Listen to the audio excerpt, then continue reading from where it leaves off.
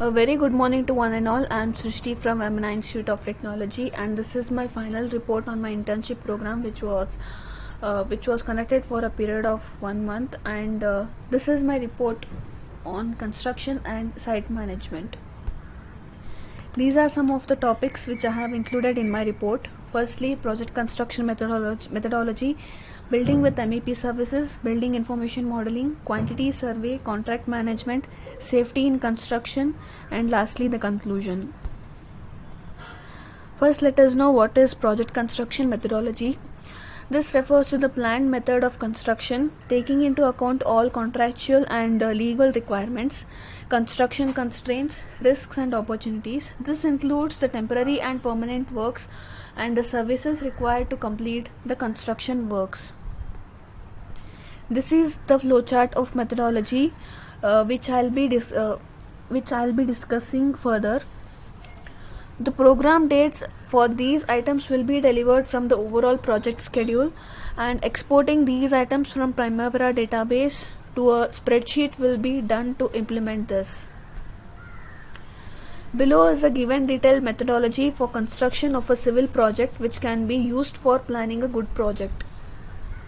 Firstly, contract and shop drawings, subcontractor selection methodology, construction project procurement strategy, material quality control methodology, communications and information technology methodology for coordination with subcontractors, project mobilization planning methodology, and lastly, the external works construction methodology. First, let us know about contract and shop drawings. This will be used as the basis for the registered drawing of the project. Additional columns or fields will be added to indicate when the drawing is distributed to a particular party or a subcontractor. Based on the complexity of a particular work and level of detail in contract drawings, a master list of shop drawings will be prepared. The master list of shop drawings will include the drawing reference, drawing title, discipline, drawing originator, preparation date, and issue for the approval date. Next comes the subcontractor selection methodology. At the tender stage, a preliminary list of subcontractors will be prepared and used for the inquiries. The scope of work for subcontractors will be precisely defined and identified by using the bill of quantities. The bill of quantities will be prepared on spreadsheet, and this will allow specific activities or work relevant to one subcontractor to be edited out. Next comes the construction project procurement strategy. This section of the project construction methodology covers the procurement of the permanent works, equipment, materials and services which can be arranged as a material supply contract from a local company, a material supply contract from overseas company, as subcontracted work where the subcontractor provides plant, equipment, materials and labor for installation or construction. And lastly, a material supply which is under prime cost will be decided during the project. Next comes the material quality control methodology. In order to establish the required standard of supplied materials, samples of the materials will be supplied where appropriate. These will be kept on site and referenced as the submission sample. These will also be available for inspection by the client consultant and can be used in the comparison with the supplied materials. Quality control personnel inspect the items to ensure compliance with norms and approvals. Next comes the communications and information technology. To allow a quick and efficient transfer of information between the company head office and the site, a dial-up internet connection will be arranged with the service provider. Next comes methodology for coordination with the subcontractors. Due attention and instruction will be given to our subcontractors and their activities, and regular meetings will be arranged to coordinate their works together and with the contractors' main activities as per the program set forth. Next comes the project mobilization planning methodology. Based on the project schedule, detailed manpower histogram will be prepared for the whole period of the project. The contractor has main plant yard in the area. Most machinery, equipment, scaffolding tools, etc. necessary for the constructions are available at that yard. and further equipments will be provided from the plant yard or hired in particular requirements in the line with the works program. Next is the lifting equipment. To ensure the program to ensure the project is according to the plan, lifting equipments will also be provided. 2 cranes would be provided as per the approved site requirements. The proposed arrangements will be submitted in due course. The tower crane would be utilized for the erection, stripping and movement of formwork and lifting of reinforcing bar, lifting and placement of precast, lifting of construction materials and equipment. Mobile cranes will also be used for unloading, loading and other construction activities when the tower cranes are engaged in other activities. Next comes the site facilities and layout. Temporary buildings will be installed on site for contractors' use. Electricity and water will be connected for temporary use during the construction. The site facilities would comprise the following: main contractor's office, subcontractor's office, carpentry shop, steel rebar laydown area, cut down and bending areas, material laydown area, covered store, small temperature controlled store. Next comes the topographical survey and setting out. Upon the award of the contract, a request will be made to the client for the survey and setting out benchmarks. This information will be on the overall layout drawing and will be used to plan the establishment of series of temporary benchmarks for the setting out of the works. Next comes the geotechnical evaluation. Before the foundation work on any structure, a visual inspection will be carted of the foundation to check that this is consistent with what was envisaged in the site investigation, and any differences will be brought to the attention of the client or consultant prior to the casting. Next comes the site access. The site temporary access tracks will be established to allow safe and easy passage of delivery vehicles, plant equipment. And next comes the demobilization. After substantial completion and commencement of testing and commissioning, building drawings and other documents necessary for the maintenance will be provided.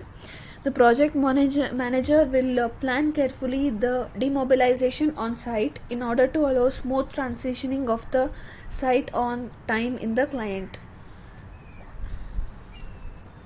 Next comes the civil works construction methodology. Contractor will commence the project following the client's requirements, and site clearance works and excavation for foundation will be done with machines and labor where necessary. Raft foundation will be constructed by the conventional cast in situ concrete. Formwork will be prepared on a modular basis and comprise timber facing and timber stiffening horizontal and vertical. Concrete walls will be constructed as an in situ pour cast as a single lift for each level, and crane is available for lifting of material and equipment formwork.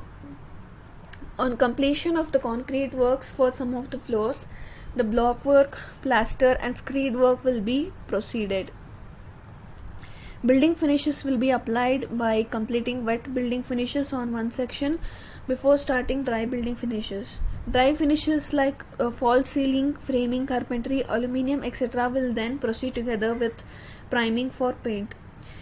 Installation of chiller units will be advanced in order to commencement air conditioning of certain portions of the building, which can provide completion of all the finishes. Installation of lifts will be in advance as soon as concrete structure is finished, and painting will be completed except for the last coat, which will allow the completion of all dry finishers and MEP pre-commissioning activities. Next comes the external works construction methodology. The external structures will be constructed according to the specifications and drawings. Installation of the interlock paving for footpaths would follow. The method statement for external paving would be prepared. The very first step in the methodology of construction is the excavation, where excavation is the process of moving earth, rock or other materials with tools, equipments or explosives. It also includes trenching, wall shafts, tunneling and underground. It is preliminary activity for the construction project. uh, drawings drawings required for the excavation. Firstly, centerline drawing or grid line drawing. Grid line drawings represent the grids marked in numbers and alphabets whose measurements are shown for site marking out reference. These grid lines are so aligned that the line falls on the excavation and footing. Next drawing is excavation drawing. Excavation drawing represents the length, width, and depth of the excavation, and it is marked in dotted line. Scope for the work of excavation.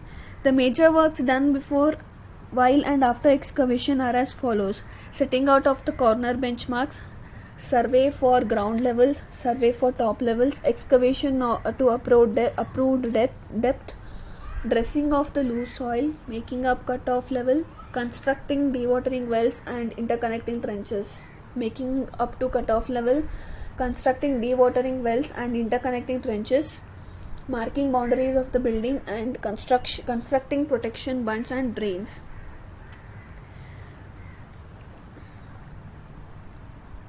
Next, these are some of the, in the second picture we can see some of the machines used for the excavation, and the next picture shows the excavation of individual footings. Suppose if we come across a borewell or a water during the excavation, the water will be extracted out for the further activities. These are some of the process through which the water is removed from the excavation pit. And this is the mass excavation. And second picture is the soil nailing, which is used to compact the loose soil so that it controls the erosion during the excavation. Soil nailing and shotcreting are also one of the type. Suppose hard rocks are present during the excavation, they can be removed by controlled blasting. Next comes the PCC in foundation. PCC stands for plain cement concrete. It is also called plain because there is no reinforcement involved in it. The height of the PCC foundation ranges from 10 to 15 centimeter, and it is done of exact size of the footing. The concrete for PCC should not be dropped through a free height greater than 1.5 meters, where the work requires the concrete to be deposited from a height exceeding 1.5 meter. And concrete should be properly laid, leveled, and finished in the required line and level. The surface finish of PCC shall be roughly smooth for proper bonding with the footing concrete. Next is the foundation shuttering and also concrete work foundation. Basically, foundation form can be projected in several styles or ways. Usually, the size or the height of the foundation form defines that which types of designated it is.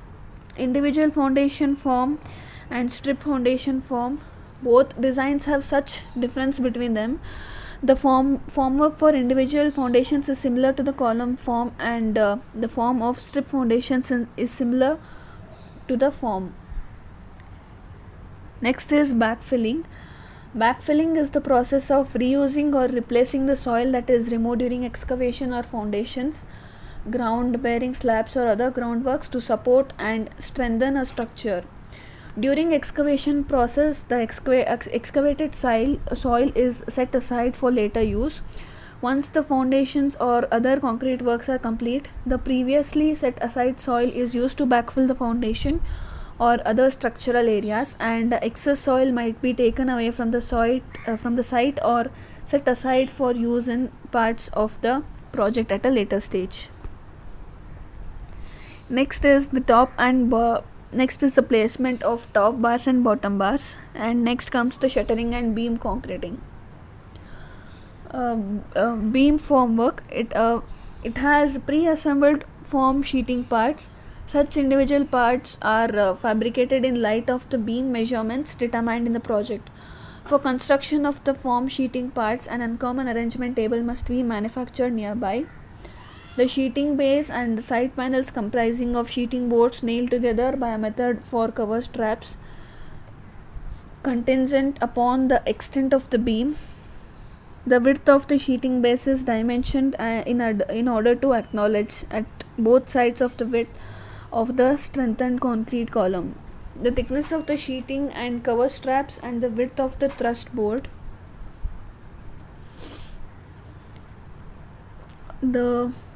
At the upper edge of the side sheeting, a veiler is mounted at both sides, holding together, formed by wire ties. Next is the slab concreting. Firstly, preparation of the formwork. The formwork is the frame of the concrete slab. The formwork needs to be erected correctly so that it can withstand pressure from concrete, and it should not leak, and it should also allow people to walk and work on it.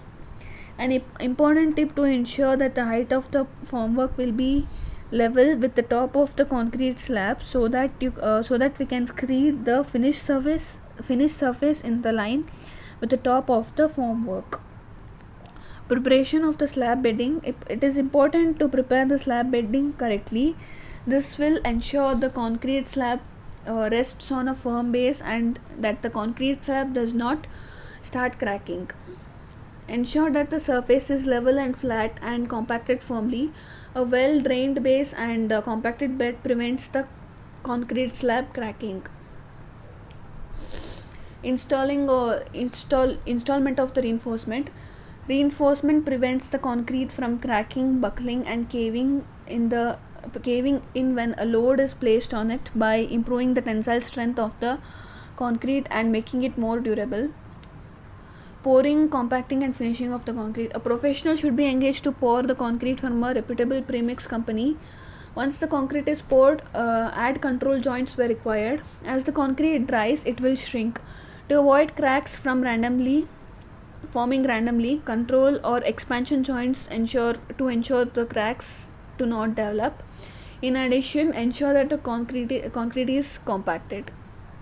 Curing of the concrete and removal of the formwork. Curing a concrete slab involves the application of water over an approximate of 7-day period. Applying moisture to the concrete helps it to seal. Spraying twice daily is ideal use.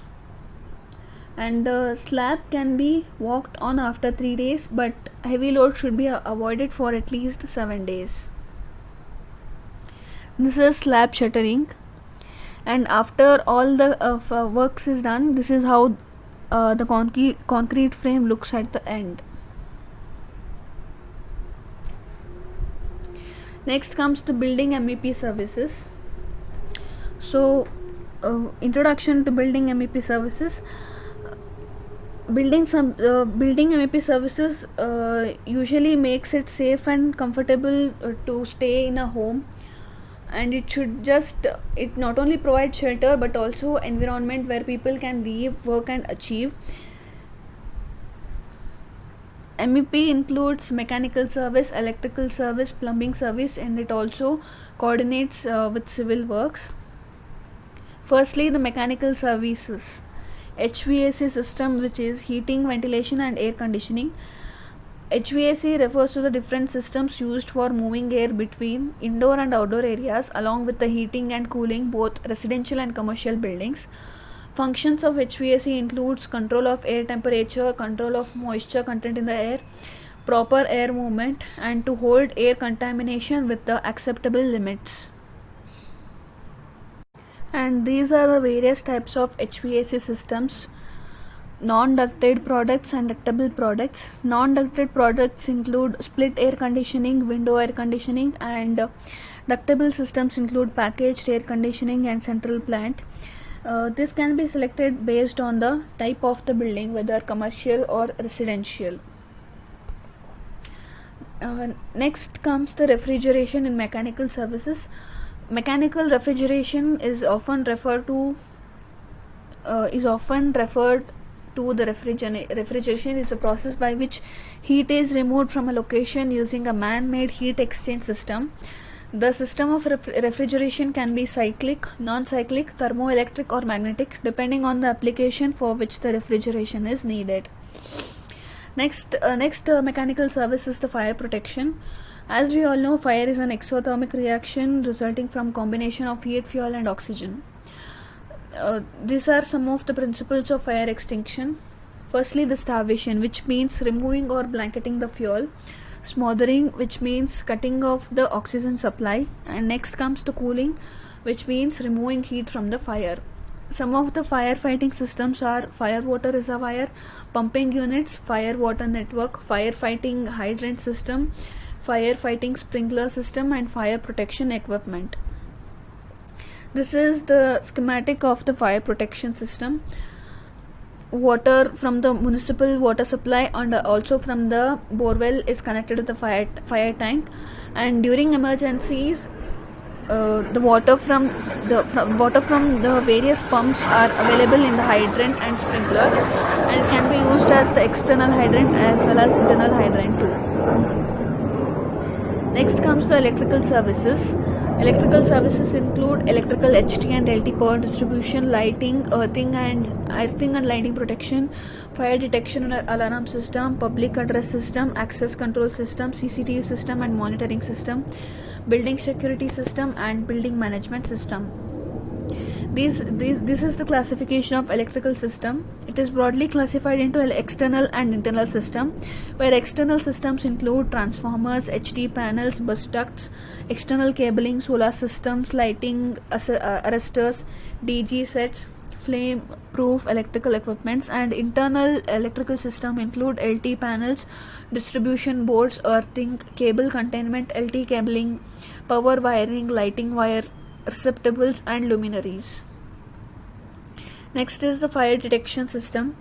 Fire alarm system is the number of devices working together to detect and warn people through visual and audio appliances when smoke, fire, carbon monoxide, other emergencies are present.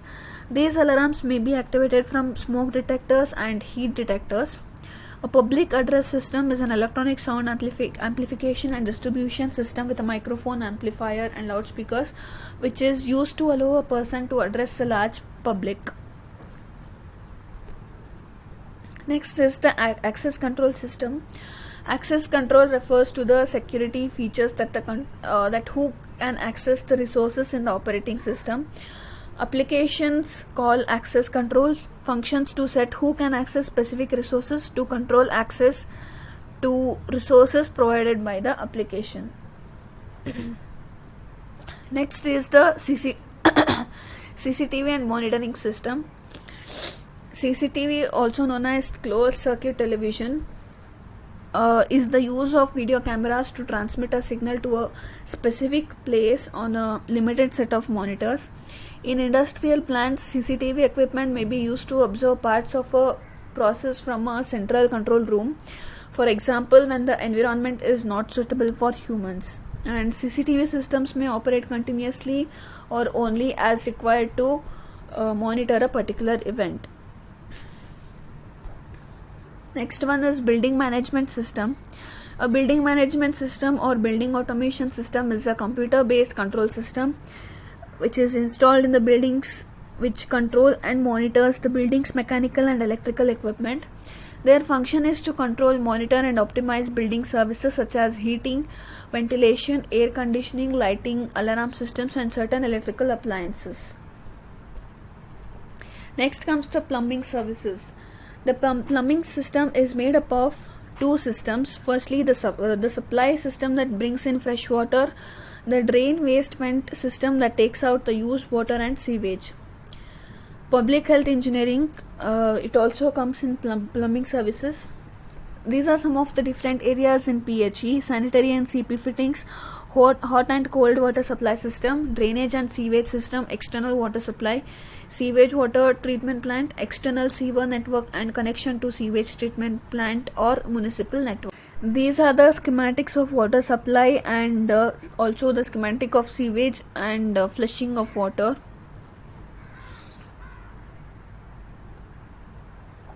Next comes the civil and MEP coordination. This refers to the process of installing services which must be well coordinated to embed the horizontal pipes and vertical sleeves in advance. Electrical pipes, monitor control pipes and vertical sleeves of sewage pipes from the floor slab must be installed prior to the slab grouting. This is the foundation for MEP heavy equipment. This is the first picture, and second picture shows the sleeves for MEP services wall penetration. Next picture shows services within the substructure of the building. This is how it looks. And next comes the services before casting of the floor slab.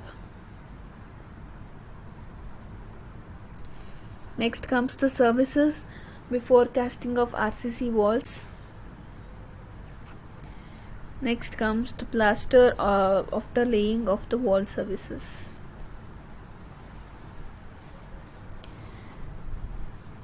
The next picture shows the cutouts for pulling of cables. Sealing MEP services before false sealing. Sealing MEP services before the false sealing. Toilet sunk drainage. And these are some of the safety aspects which should be included in the during MEP services. Safety refers to the safety considerations during installation of the MEP services. For example, safety is required to prevent hazards such as water pipe leakage if a water pipe lies above an electrical pipe. Next, the maintainability. Maintainability refers to the convenience of maintenance during the operation phase when arranging the pipeline, and maintenance space and operation route must be taken into consideration. Next topic is the building information modeling.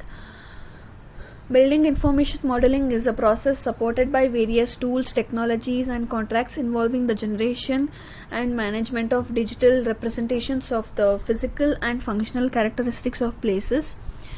This process is based on the digital model created using the software. BIM can be used by the architect, mechanical engineers, electrical engineers, construction managers, civil engineers, interior designs, contractors and also the owner.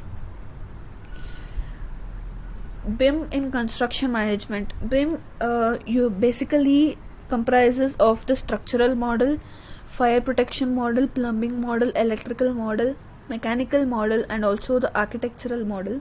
Together it consists of all these models. Benefits of digital construction solutions. Most of the companies prefer digital and few do not. These are some of the benefits of digital construction solutions.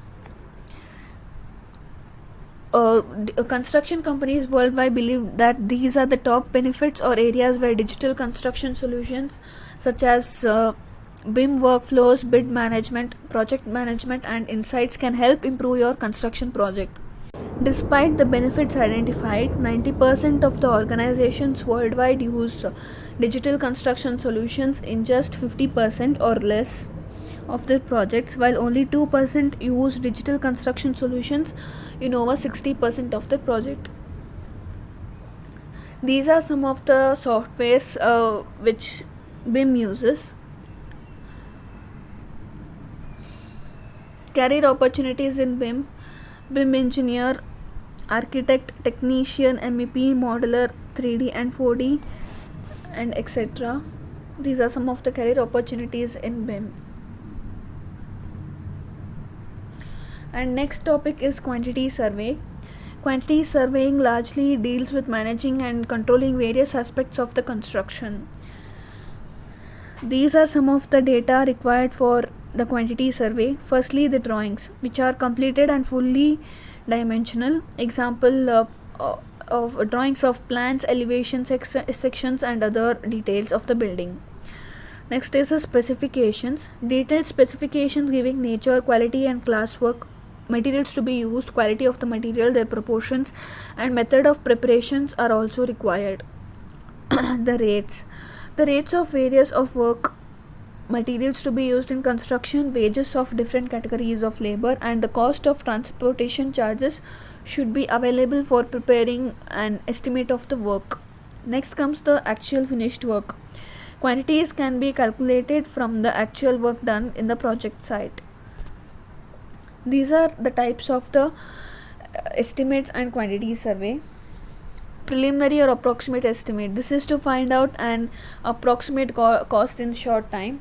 It is used to give an idea of the cost to a proposed project. Detailed estimate. After getting the administrative approval, this estimate is prepared in detail prior to inviting of the tenders. Quantity estimate. This is a complete estimate of quantities for all the items during the project implementation. Next is the revised estimate. Suppose if the estimate exceeds by 5% during the rates being found insufficient, this estimate is usually used when our prepared estimate exceeds by 5%. And next comes the maintenance estimate. Estimating required quantities and cost of work to maintain a structure, example road, building, etc. Next comes the bill of quantities. Bill of quantities, which is also is a document prepared by a quantity surveyor or cost consultant to define the quality and quantity of works required to be carried out by the main contractor to complete a project. The main purpose of BOQ is to standardize the process for tendering contractors, to prepare a firm cost to carry out the works, provide fair and accurate method for tendering contractors to price the project using the same information. A BOQ is also a valuable document during the process and settlement of any dispute resolution. This is the example of bill of quantity. The description gives all the stages of construction, like preliminaries, foundation, plinth wall construction, oversight concrete, dam proofing, etc. Next comes the contract management. Contract is an agreement between two or more parties creating obligations that are enforceable or recognizable at law. Construction contracts typically relate to the supply of goods or services as a part of the delivery of a built asset. Contract management can be categorized into 3 phases. Pre-contract phase, where the tender documents are prepared, tenders are sought, and contract negotiation is undertaken. And next comes the contract execution phase. The final contract documents are prepared for execution. And in the post-award phase, compliance with conditions of the contract. A contract manager might be identified to manage one or several contracts or to work as a part of a team of contract managers. The role of contract managers include risk assessment, determining the procurement methods and tender assessment criteria, preparing budgets and cost estimates, preparing tender documents, and relationship management, contract admission, preparing information for the completion of contracts, and etc. And next we come to the last topic. Next comes the safety in construction. These are several steps involved in safety in construction. Firstly, the preliminary study, which includes the study of topography of the land and soil test reports. It is important to know the topography of land and also to know the soil test reports to prevent accidents during the excavation. And next is to know the next safety step is to know the type of the structure, whether it is residential or commercial building or public ministry or civil structure. Next, some of the safety construction methods include demarcation of the working boundaries, excavation of earthworks based on the structural design. Excavation should be done only based on the drawings and to prevent any further hazards. And next safety step is to know the type of the foundation, whether it is isolated footing or combined or raft foundation or combined raft. And next is the study of project drawings and designs. As said above, study of drawings is very important to know the type of structure and the type of foundation, and also the demarcation of working locations based on the master plan of the project takeoff. And when it comes to safety measures, safety helmets should be provided. Thus, this report narrates the visibility, knowing some of the basic terminologies related to construction. And as a civil engineer, it is important to have such basic knowledge about the things happening around us. And I would like to thank CMTI for providing us with such informative knowledge and making us industry ready. Thank you.